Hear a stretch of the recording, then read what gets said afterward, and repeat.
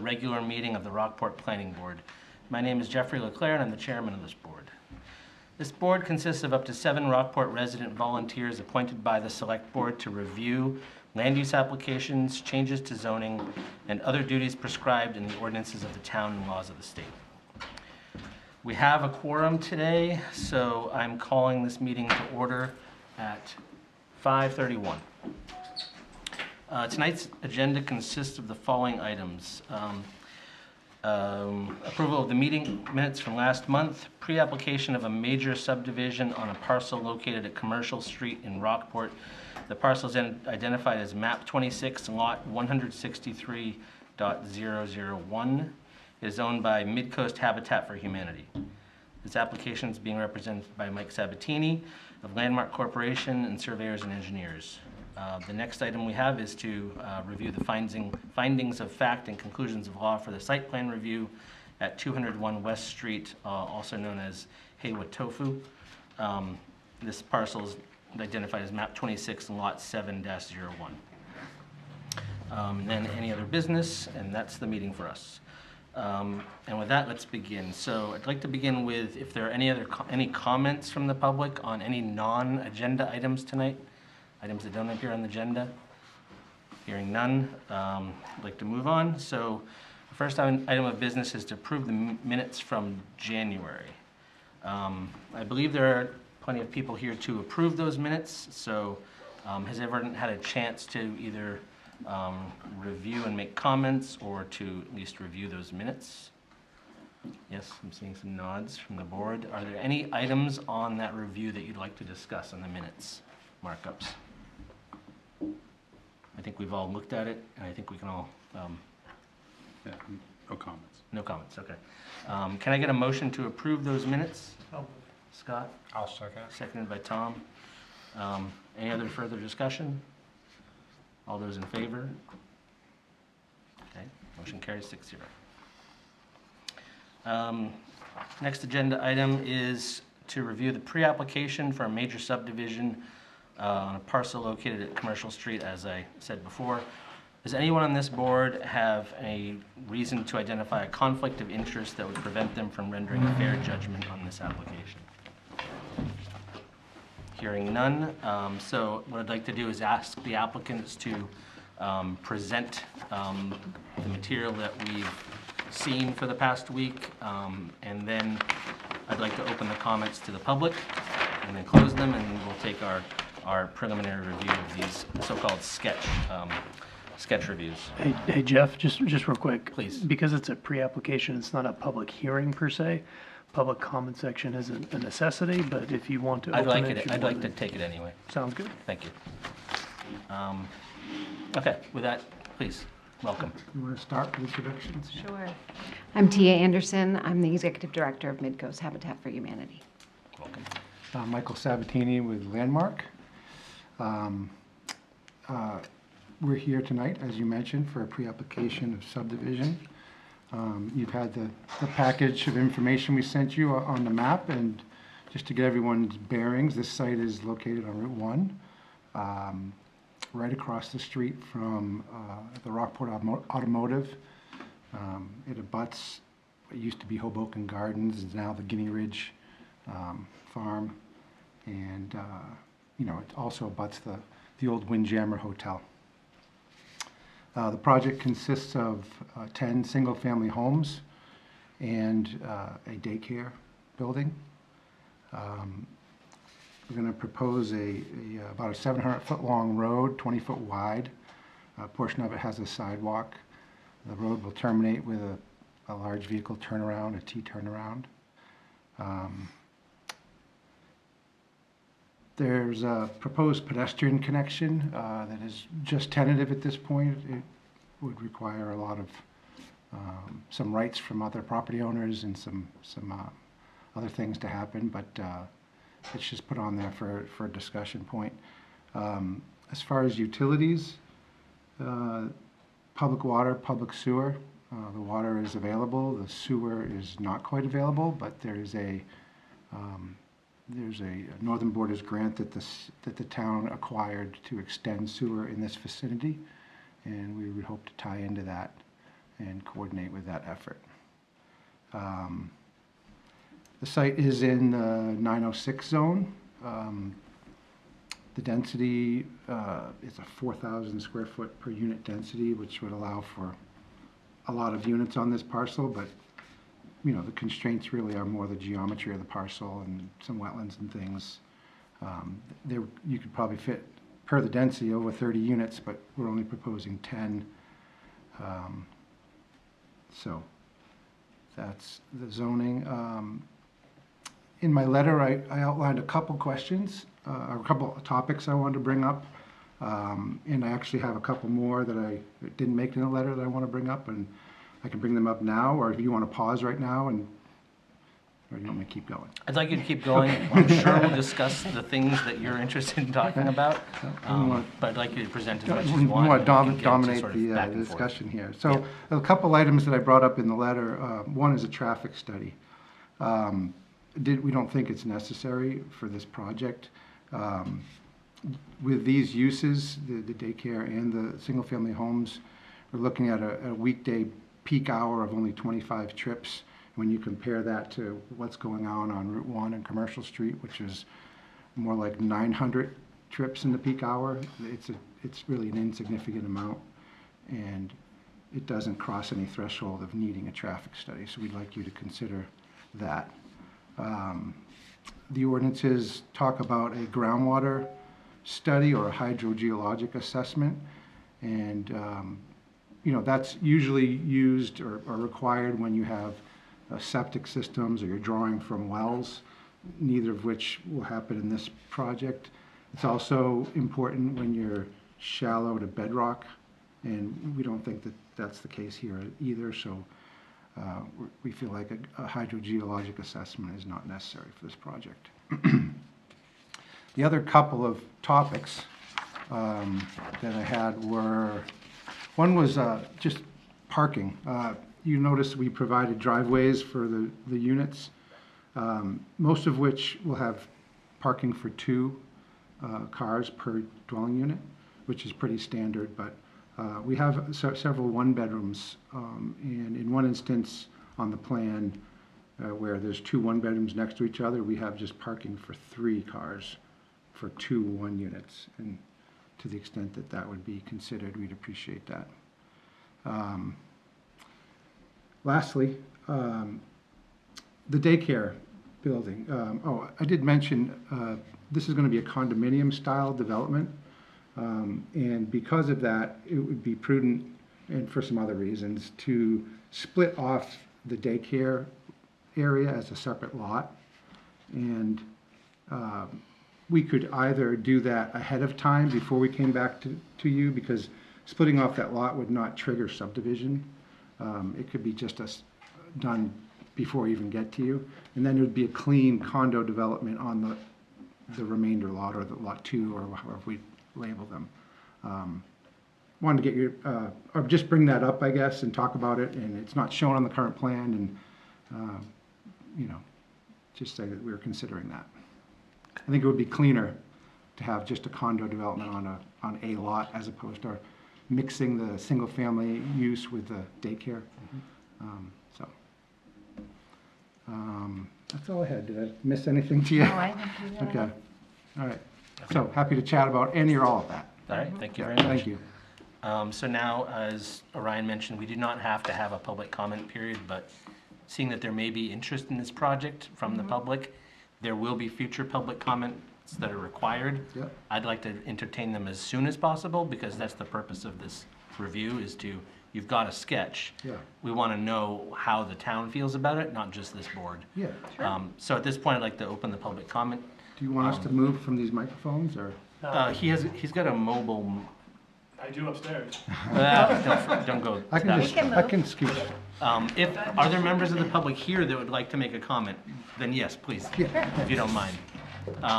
And there has been one comment submitted to you, to your office. Are there any other means that someone may have provided a comment? No, I've only received one, which I've supplied to. Okay. And rules for this committee for public comments are limit your comments to 3 minutes, more or less, and identify yourself and where you live in town. Can you hear me? Yes, Okay. I'm short, I'm sorry. that's all right. Yeah, speaking of the mic's important for him Sorry. especially. My name is Stephanie Long. I live at 262 Commercial Street in Rockport, and the proposed property is actually abutting my property, our property as well. We appreciate that Habitat for Humanity is a good organization. They have good intentions. We do have a housing problem, and we do need childcare here in town. This is not the place to do it. We have a feeling that the Pocket community is going to have a huge impact on our surrounding neighbors and the neighborhood. We feel that way for 4 reasons. There is traffic congestion. Fox Ridge, I don't know the last time that a traffic study was done, but Fox Ridge has been around for a while, and since we live there, we see traffic coming and going all day long from there. Adding a daycare during business hours is definitely going to make it more difficult for us to take a left out of our driveway. We have concern about the destruction of tranquility. We've spoken to some of our neighbors as well, and they're basically saying the same thing that we're saying, that they're just really concerned about losing your backyard. We have concerns about the potential for safety and security issues. I have a grandchild who comes to visit us, and I have a really hard time keeping him on our property. And they're on a main highway where you want to put a daycare, and I just think that it's kind of asking for trouble. Not to mention the absolute dissolution of our privacy. We have already 2 parts of our home that are surrounded by Rockport Suites as well as the road, and this property project is actually looking to take up the rest of our surrounding area. We do have alternative suggestions. We really feel that I have a lot more I want to say, but I'll save that for the next one. We would like to propose a downsized project of no more than like 5 homes and no daycare there.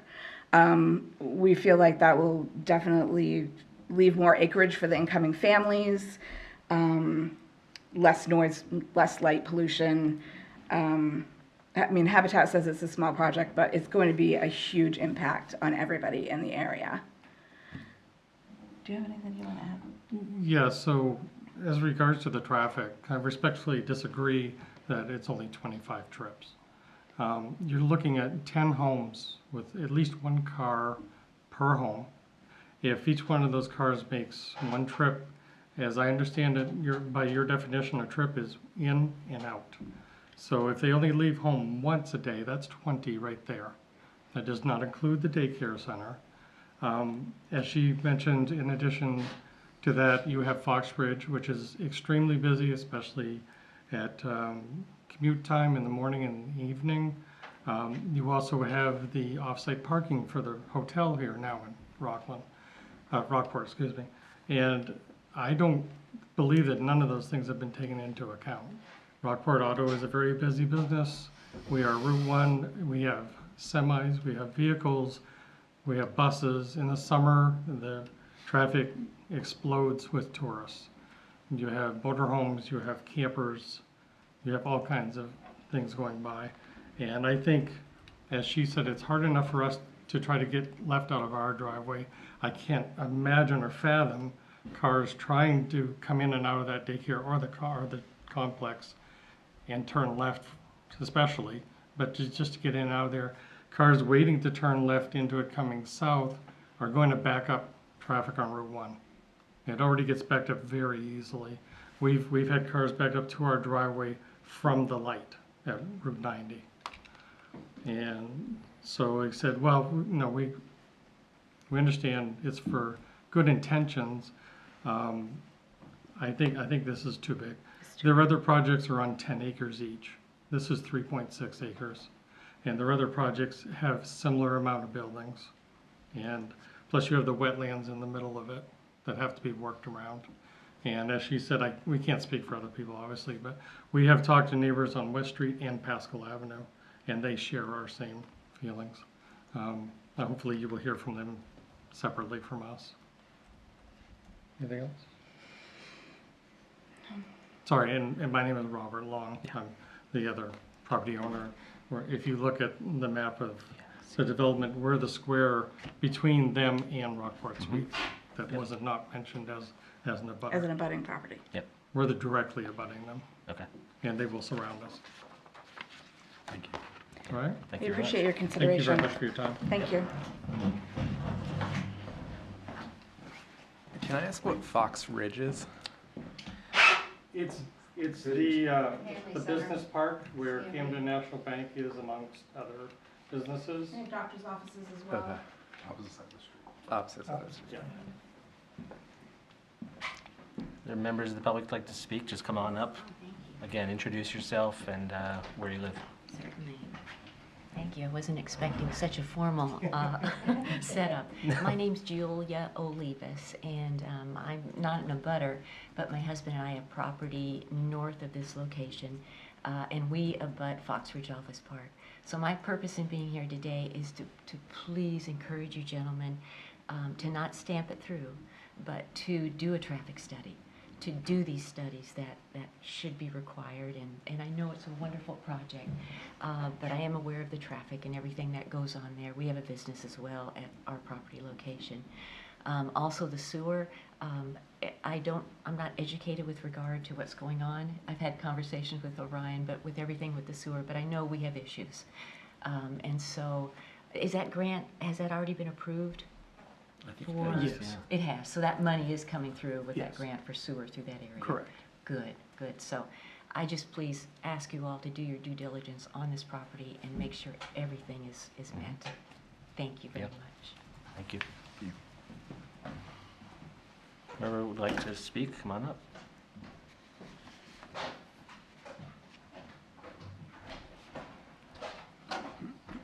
Welcome. My name is Joe Sternowski. I live in Rockport. We all have a little bit different perspectives here, I'm sure, from the public and concerns that we might have. I think this is an excellent project. I visited the Philbrick community down in Rockland, which I think this is probably similar to, and that was very well run, a very well developed community. I live in the neighborhood. I live on Ben Pole Lane, which is very close to this property. And my concerns are, and I would just ask the applicant to speak to two items a little bit more. It doesn't have to be tonight. It could be maybe next time. But in the area, as many of you may be aware, we've had some issues with the two motels that are there. We've had issues with firearms, with drugs, with burglaries. A lot of this has been traced back to the individuals that were tenants at the motels. And so I don't believe that this project will be run in the same way, the same manner. However, it would be good to just have the individuals from Habitat speak about how individuals that come into this community are qualified to live there, and be assured that we wouldn't realize the same kind of issues there. The other thing, question, and again, it doesn't need to be answered immediately, but the daycare, it wasn't clear if the daycare is for public use or if it's just for that community. So that would just be a good clarification. And then I do share a perspective of others that have come up here about the traffic. My main access is Beach Hill Road and Route 1, which is right across from that. The issue is that when the light changes at 90 and Route 1 there, about 4 or 5 minutes of cars come down past there, and it's very difficult to get out there. And then you've got the traffic coming out of Pascal and in the other direction.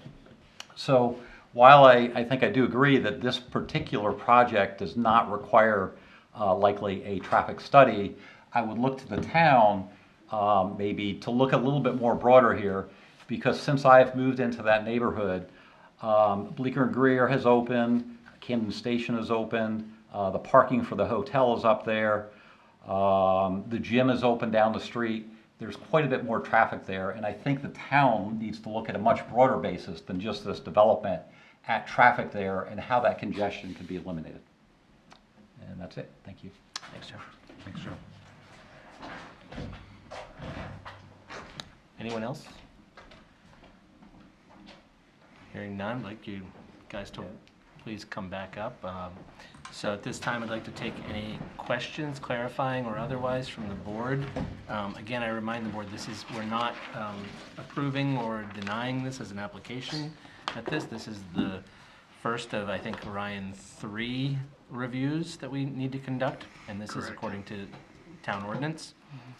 This one they call the sketch plan review. The second is a pre-application review, and the next one will be a final review, where we'd be approving it in total. So questions from the board, please, I Scott. have a question. I'll start with a comment, which is to say I think this is wonderful that you're doing this for the town, and I hope that all the concerns can be addressed. So I think it's fantastic. Question I had is about the traffic. My read of the letter, 25 trips peak hour, compared to 900 peak hour existing, it's less than 3% increase. So while I recognize there's a congestion problem, I don't see this as changing that. And am I interpreting the numbers No, correctly? I would agree with that, and I would, just to kind of speak to the gentleman mentioned, you do count trips coming and going, but it's the peak hour. Right.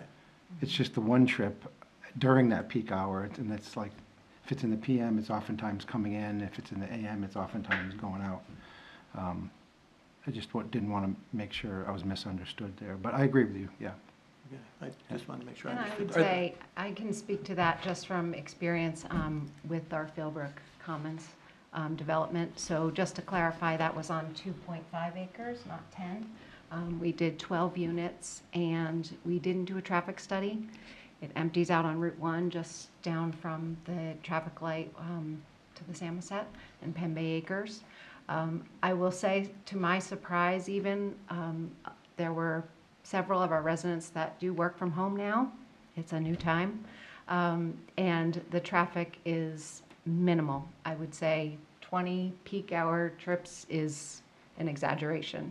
So, and we have, folks, everyone there has a car. They just are not as frequent coming and going. We made the same basic argument to the Rockland board there as well. Rob, you have Is a it, question? yeah, is the 25 your own estimates, or is there a formula for that? So you get, it's called the ITE manual. It's a traffic manual that assigns traffic rates per uses. And sometimes it's like per square foot if it's a commercial business, or per dwelling unit. And so I used those traffic rates. I looked them up for a daycare, and that was on a per square foot basis. And then I looked them up for, dwelling units. Gotcha. And does the peak hour coincide? So is peak hour the maximum volume within an hour on the road at 900? Is that the same hour as the 25 that you're citing? Yeah, through your formula? yeah, I believe so, yes. Okay. It's like a PM, they publish an AM peak hour and a PM peak hour. Okay. And, some uses could vary slightly. Right. But mainly it's like the commute Right. times, like 5 o'clock, or, you can experience that even from driving around here at those times, right? So, Yeah, I just wonder if it takes into account something like a church, for example, which, everyone comes at the same time and leaves at the same time, but it's not on a weekday and it's not right, rush so they hour. have weekday AM, they have weekday peak hours and weekend. Mhm. And, yeah, church would be much less in the weekday, and I was using weekday rates. Okay.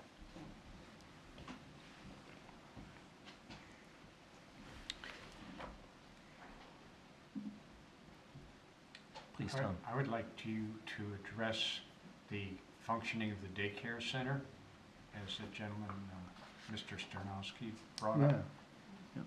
Is that only for people here?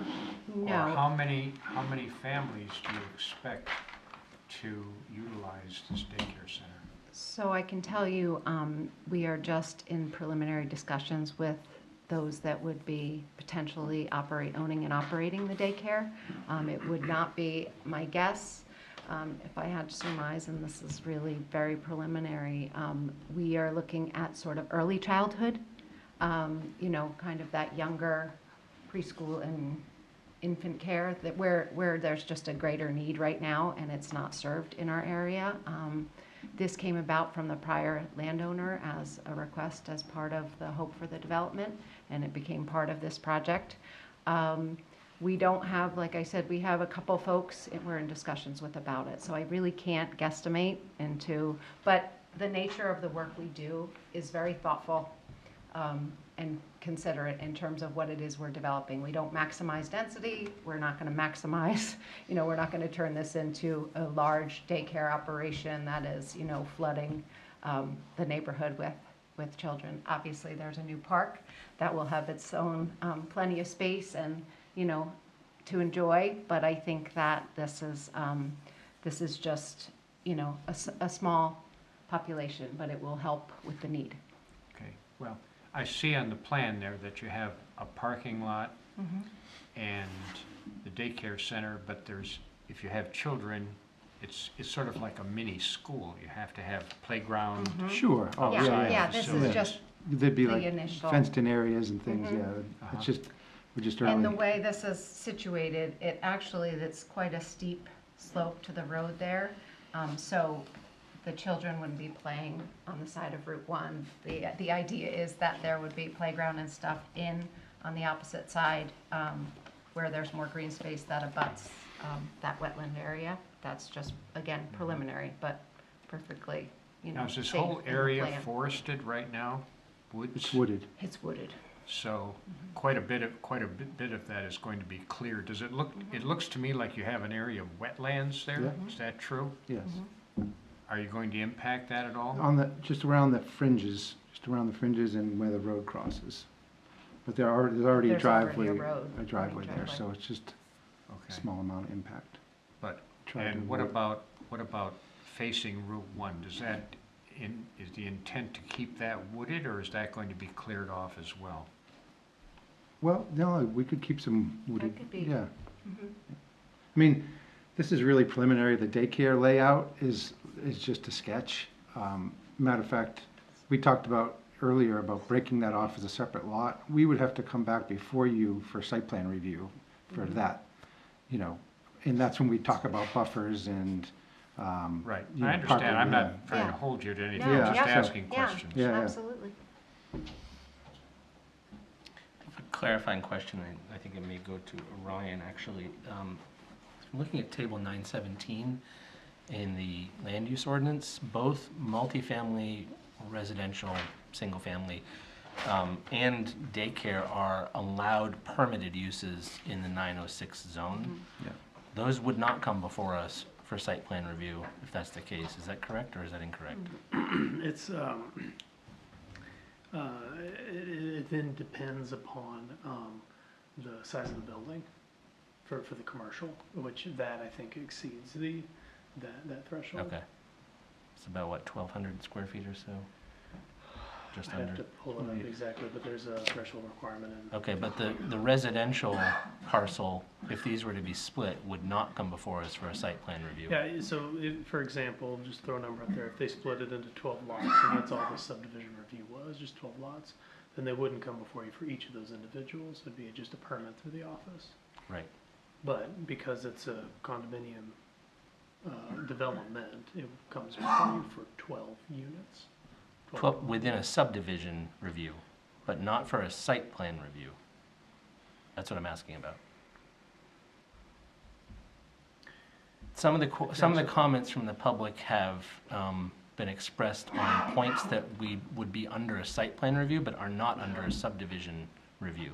Yeah, So I just wanted to clarify whether we're even addressing some of these I comments guess it's through not a our commercial, ordinances. so if you take the daycare component of it out, then yeah, it's just a subdivision review. Right. So a condo development, you can review it under subdivision review if you wanted to. Like if a traditional condo development is oftentimes, when you think of it in your head, it's a multi-unit, like an apartment, almost like an apartment complex, multi-floor. And that type of development sometimes fits better in a site plan review. And there is a provision in state law that allows you to grant approval for that type of condo through through site plan review. I'm not saying that we're gonna do that here. I figured we'd follow the site plan review rules. I mean, I keep on misspeaking, sorry. Yes, The I do all subdivision the time. rules. Yeah. I thought we'd follow the subdivision rules as part of this project for the condo development. Because it's all single family, and although there won't be any lots, it'll be all one lot, but we'll just follow through all the standards of subdivision. Does that make sense? Mhm. Yeah. Yeah.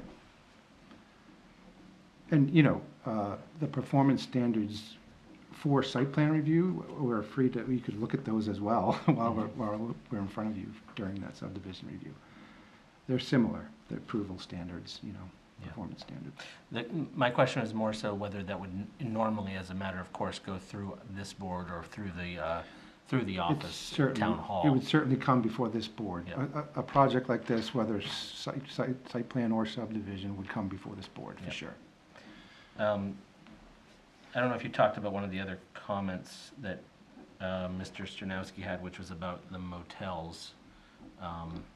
Screening process for the Yeah. people. Yeah, I was actually, sorry, just to piggyback on that. Please. I think it would be helpful. So I live in the neighborhood too, so I kind of know about the hotels. It'd be helpful to kind of get like an overview of how Habitat works, Sure. and I think that might hopefully maybe ease some concerns. I think it will. And just give us some more information. Absolutely. So the way we do our process is folks come to us and apply.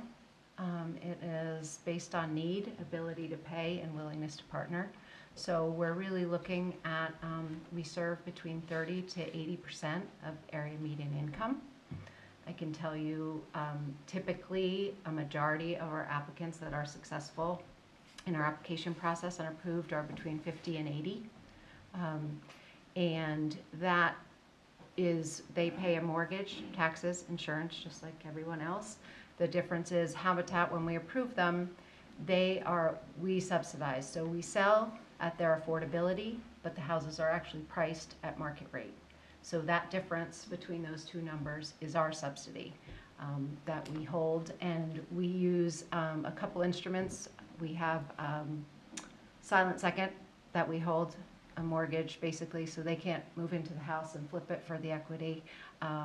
And we work with our homeowners on, you know, financial responsibility, home ownership, sort of management. We support them. We have a homeowner support committee that works, you know, a person is tied to each homeowner just as a means to, you know, of support, should they need it. There are plenty that don't. I know safety concerns with folks in the hotel, and I completely understand that. We're not talking about transient folks. We're not talking about, you know, these are people really, the hand up, not a handout, is the tagline for Habitat and has been for 40 years. We look to just give people that opportunity for home ownership, to build equity, and really create a stable foundation for their family, for their children, to be raised in a community that, you know, supports their needs and their overall well-being. And we found that, you know, developments like this have been, we've done 2 now in Rockland. Philbrook Commons has been a huge success. We have homeowners, it's a very mixed demographic, and hence the 1 to 4 bedroom sizes. We believe, you know, having elders in a neighborhood and youngers is a really great mix and a healthy neighborhood. So that's what we're looking to build here, and something, you know, with the walkability to the park, to the village, to the schools, you know, should a sidewalk ever be headed down Route 90, you know, to get to the elementary school or high school, that would be wonderful. But again, you know, we're not looking to maximize density and cram people into housing. We're really creating opportunities and an aesthetic that means something. You know, we're conscious of not coming in and, you know, decimating the land just for the sake of, you know, production. We're not a for-profit. This is about really building people and opportunity in our community. And I think it's, you know, for the health and well-being of our towns. So I hope that's helpful, and I'm happy to answer more questions with regards to how we do things. We do require sweat equity as well, 250 hours per household. And that's working on our projects as well as other community projects. We also encourage folks to volunteer at their schools, their churches. They can, do any number of things within the community for those hours to count, because it becomes challenging for people who are working with children to really get that in if they can't also participate in other aspects of their life. So I don't know if I've sort of touched on all those highlights of the program, but again, So how support does- is a oh, big sorry. part. I was Go just ahead. gonna ask since the daycare is a commercial component, how does that? So that's really, it will be owned and operated by someone else. We're just wanting to sort of establish that relationship early on and, should I say, be selective. We want this to be successful, obviously, and we feel it's important. We've done a collaborative project in Rockland with Homeworthy, and, we like to be able to be a part of that and to make sure we're setting the whole situation up for success. I'm not just going to parcel the land and sell it off to someone else and hope they do the right thing. We sort of want to be a part of that relationship and building a successful operation.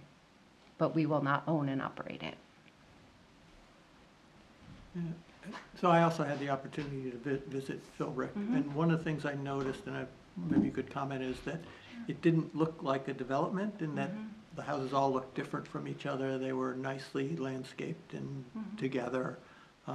Is that your intent here? They would be a sort of Absolutely. similar, nice architectural feature and not all the same house? Correct. Yes, they will be varying in sizes and aesthetic. They tend to be, you'll see sort of a narrower footprint, but that was intentional because we are fitting them in without impacting the wetlands, and we wanted to just be thoughtful as to how they were placed and situated on the lot. We did bring an arborist in and look at the trees. We'd like to preserve some of the larger trees, but there's a lot in there that isn't, sadly, worth preserving. They've lived their life, but we do intend to, create buffers and plant new trees, and our hope is to actually use some of the lumber that we take down to mill and use on the construction of our houses.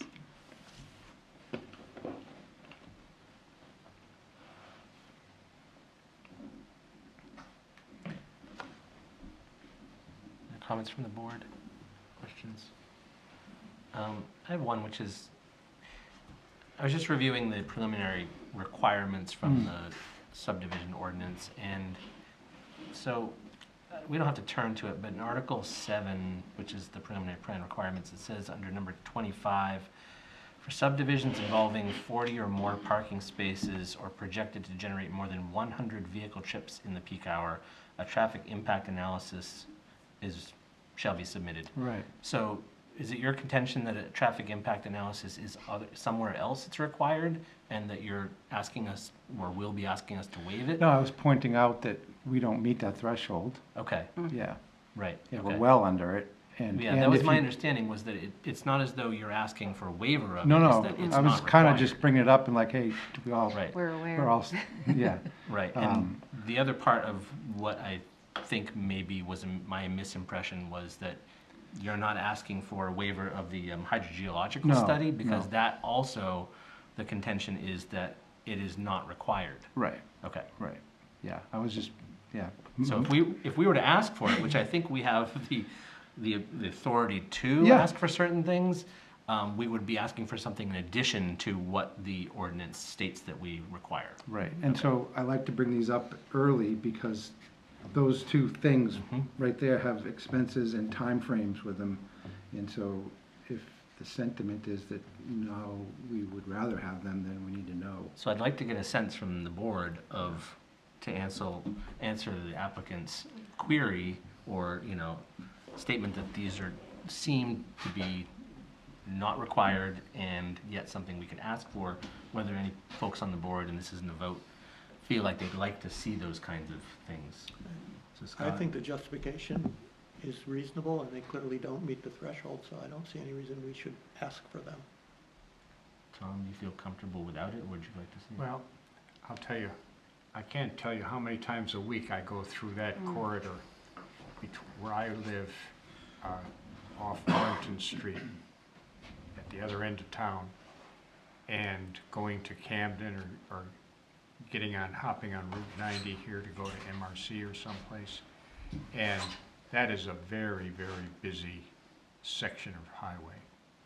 And for people, if there aren't too many people coming out and making a right-hand turn, I expect that many of them will be, because like Hannaford's is down that way, and downtown Camden is that way, Route 90 is that way, all right turns out of there.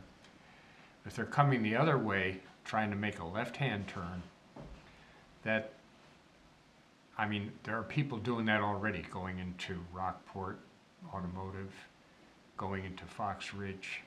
I mean, I understand there's a lot of traffic there. And I don't think that that intersection is perfectly designed or perfectly controlled traffic light-wise.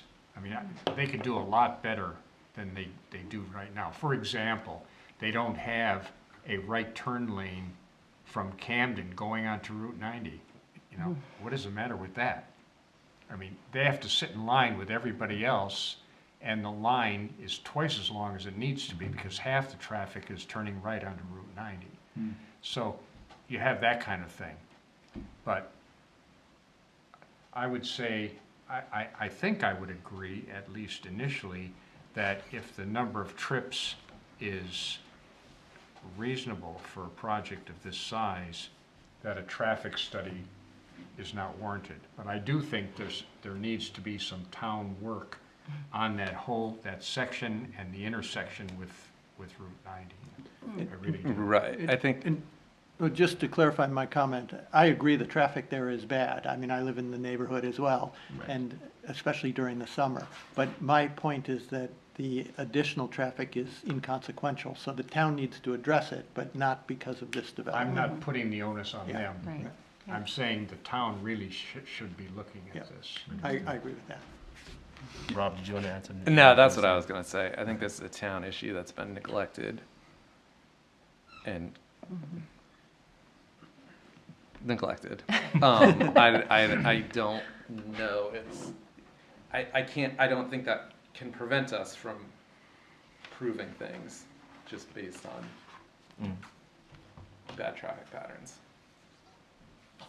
Especially if it doesn't fit the criteria for needing a traffic study. Sam? Yeah, no, I'm not going to take as much time with it, but I agree in that it is more of a town problem than a single issue for this to be worried about. Yep.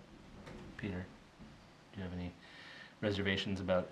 Well, I'm obviously concerned about the traffic there, and the problem is if we do generate a traffic study, basically the engineer would come back and offer some mitigation alternatives, but which we can or cannot, may or may not implement, and might, and if they came back with those mitigation efforts, it's not really due to this project, it's due to the overall traffic problem.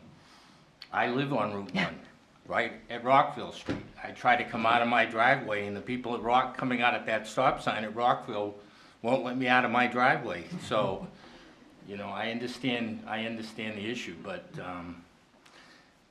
I don't think the traffic study would solve the problem at this time. Right. Now, Ryan, there was a traffic study done by the town, specifically of this part of town. And I think one of the conclusions was that the intersection of Pascal and Route 1 would eventually get to the point where in summer peak traffic, you wouldn't be able to get out at all. No, that's absolutely correct, yes.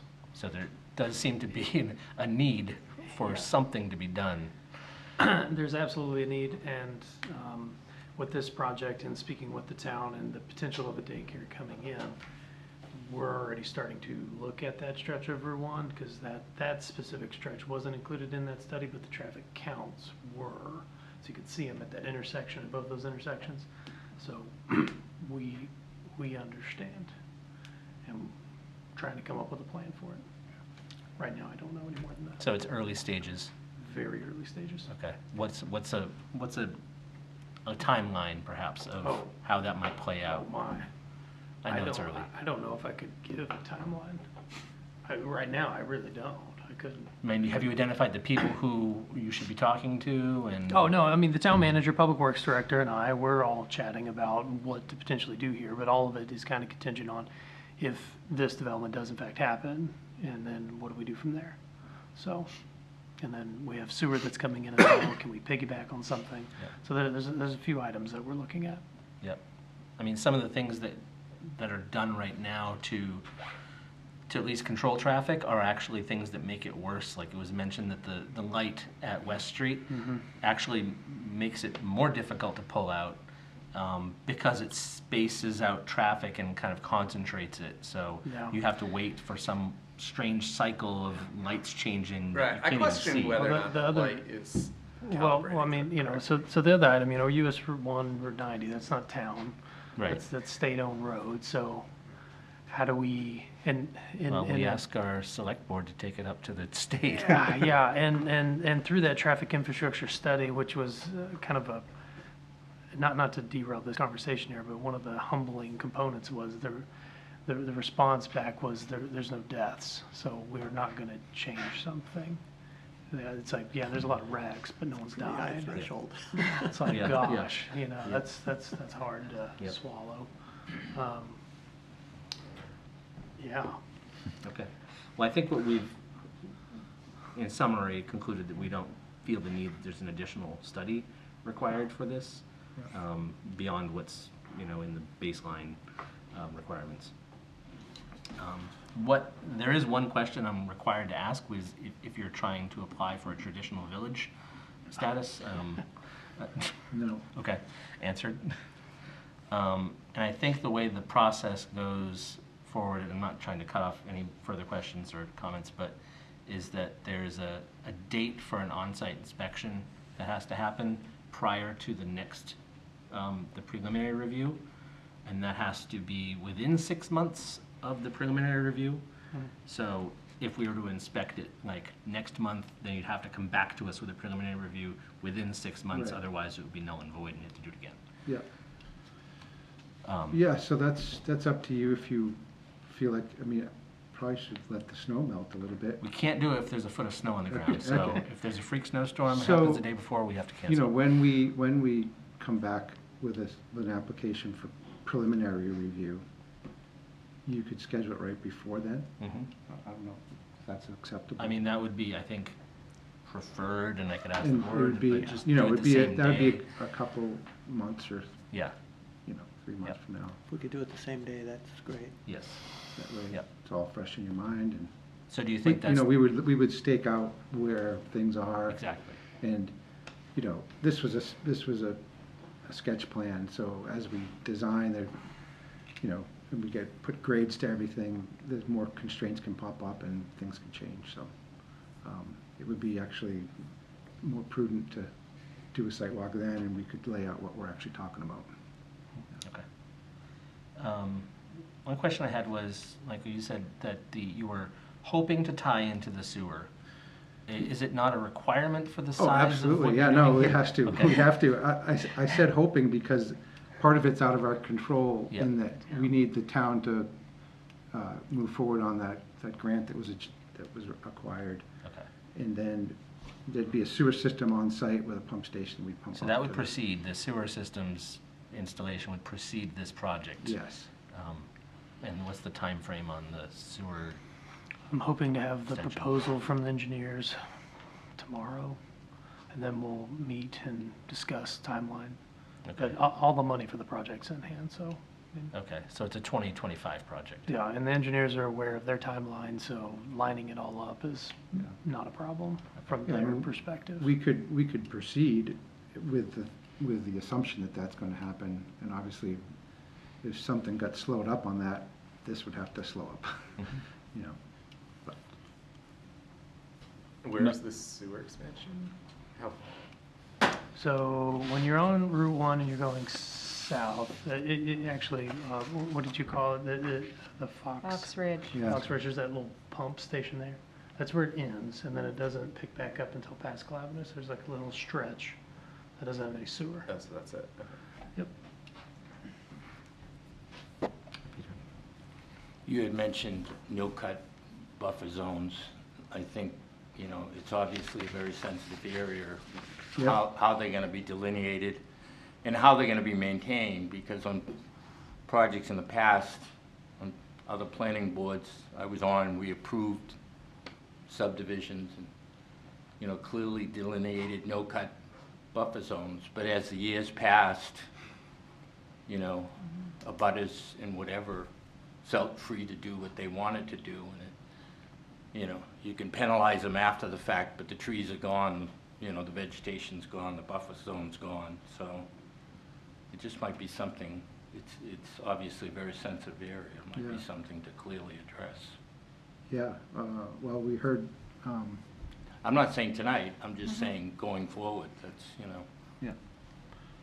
yeah, we can identify those areas on the plan, and the one benefit of this being a condominium development, there's They have an association. Yeah, there's an as well. association, so it's not It's just not- lots. it's and not a one- free-for-all. Yeah, it's not lots with, oh, that's my backyard, so I'll just do whatever I want. So it's a little bit more, not to mention the other layer of having habitat.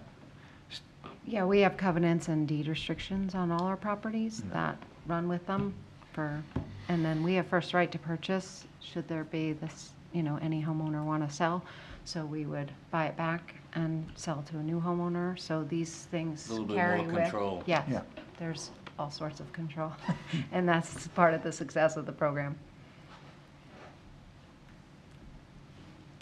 How does the board feel about whether to their offer this should be broken into 2 lots, one for the daycare and one for the housing development? Yeah, I mean, I think that's probably the wisest way to handle it. And I know it's something they can, like I said, that part of it isn't necessarily contingent on the rest of the other pieces going specifically on the same time frame, right? Like that can happen differently. So I think that actually makes more sense for them, because they can, if one thing is working on success on working towards one thing when the other one is stalled, they have the ability to kind of work both of those. And I don't really have an issue especially considering they're not going to be the owner operators of it. It's not part of the development itself, so the splitting off of it and So you're having saying that being cleared makes a ton of sense. dividing would be the way to go. Absolutely. Yeah, that sounds good to think me that's- too, that's the because I cleanest think way.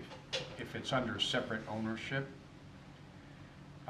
it would be a cleaner division for just future code enforcement and everything. Absolutely. I agree with that. Yeah, that's about Peter. Depending on the timing, as I said, we could do that outside of any subdivision, just because it's one lot, We may come back before you and that might already be done. And that way, like I said, it'd be really clean. The review would be cleaner. You're just focused on the rear lot. Right. Excuse me, Please. Jeff. If we do separate, is there anything to hold you to the fact that it could be something else other than a daycare center, because now it's a separate owner? Could someone say, well, we tried to do a daycare center and, we just couldn't make it work. Right. We couldn't make the numbers work. There's really nothing to hold you to that, is there, if we separate them? Well, I would say that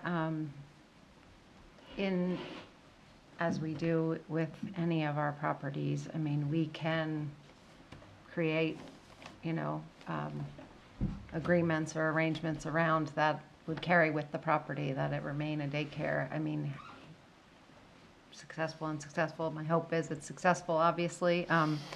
And we would, whether one of the anticipated future owners, I think we could, have an agreement that if it wasn't, maybe is it land that Habitat buys back Maybe again, that's the just right like of our. first refusal type of thing? Yeah, we do that, first right to purchase on everything. So we could put that in, the arrangement when we sell it, that we would have the first right to purchase should they decide to no longer operate that business there. And then we can, talk about what to do with it next Put a or couple more find houses another, on there or right? something, This might be a question for Yeah. Orion. It's really not up to us though, right? If they want to subdivide it, they can do it.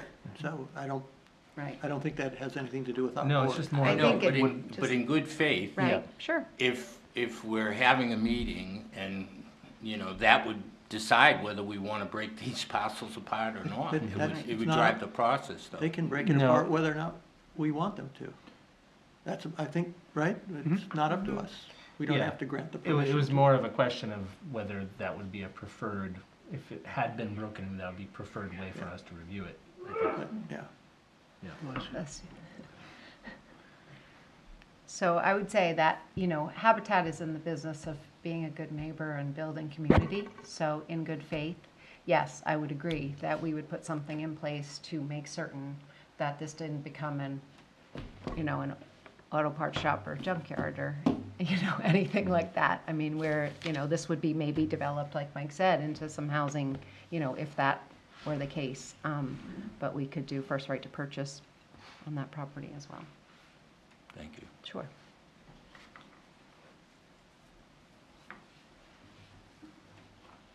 Gone through all of my questions and concerns, but you folks have any others? No? Okay.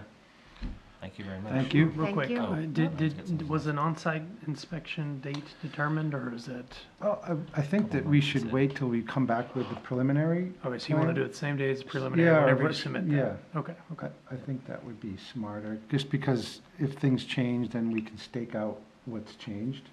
Okay. I do have another question. And we can, we heard some things tonight that might impact, we heard the concerns of the abutters that might impact the layout here, so. Does your support function maintain an on-site presence at this area? Do you mean like we have an office or a residence? Is that what you're asking? No.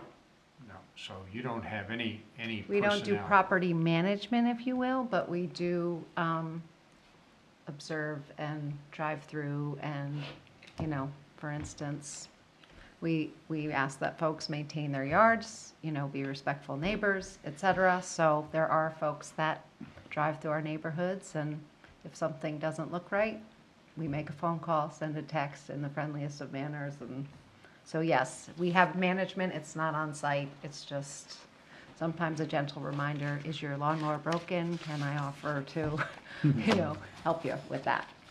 So that sort of thing. And then, so that there's a potential traffic study, geological study. Is there like an environmental, just general, like we're dealing with wetlands and stuff like that? Yeah. Is that, So as far as the wetland impact, we would have to go through DEP. Right. okay, Yeah. so it's not, Yeah. will we get like a report from them, or how does that work? Not a report, but we would fill out the NRPA application, and they would scrutinize that. And it's more about, how much impact is there? Did you avoid and minimize impact? And that's what that application is about. I think the impact's going to be low enough here that it doesn't warrant having a wetland report for that application. So, yeah. There's a stormwater management plan. Yeah. There's an erosion and sediment control plan. Yeah. Basic stuff. Description of the boundaries of the flood hazard areas. And I noticed you put in a 75-foot setback for Harkness Brook. Yeah. It's off the plan. Off the plan? Yeah. Is that the required setback for that body Yes. of water, that resource? Yeah. Okay. But yeah, apart from that, I encourage everyone on the board to familiarize yourself with both the preliminary and final requirements for the subdivision prior to the next meeting. So you'll see all that's required in there, and then it matches up with what they're going to submit to us. When I submit the next time, I'll have a letter that clicks down through every requirement and how we're meeting it and attachments and. Yep, Yeah. that's what we'd like to see. Yeah. Okay, any other last comments from anyone? All right, thank you very All much. right, thank you. Welcome, thank you. Appreciate it. Okay, moving on to our findings of facts and conclusions of law for the map 26 lot 7-1 from last month. Hope that everyone's had a chance to review these and made corrections. I didn't look at it recently, but when I did look at it, I didn't see any substantive changes. Were there any questions, clarification otherwise, questions from the board on that?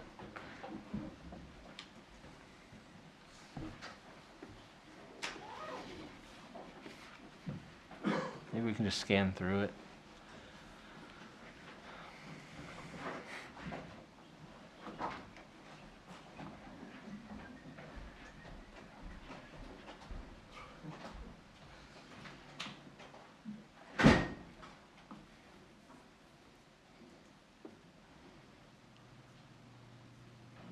I thought it looked accurate.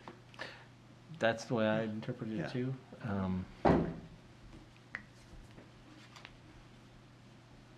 Ryan, did you see anything that was in here that took you by surprise, changes-wise? I haven't looked at the changes you said. I'm looking Okay. now. So far, no. Final motion looks good, and there weren't any changes to the condition of approval, so no. It's all good to me. Okay. Any other comments from the board? Hearing none. Do we have a motion to approve the findings of facts and conclusions of law for the site plan review for the parcel located at 201 West Street as edited in the document before us? I'll move that. Scott's moved. Peter seconded. Further discussion? Hearing none, all in favor? You were not there, that's right. 5-0-1.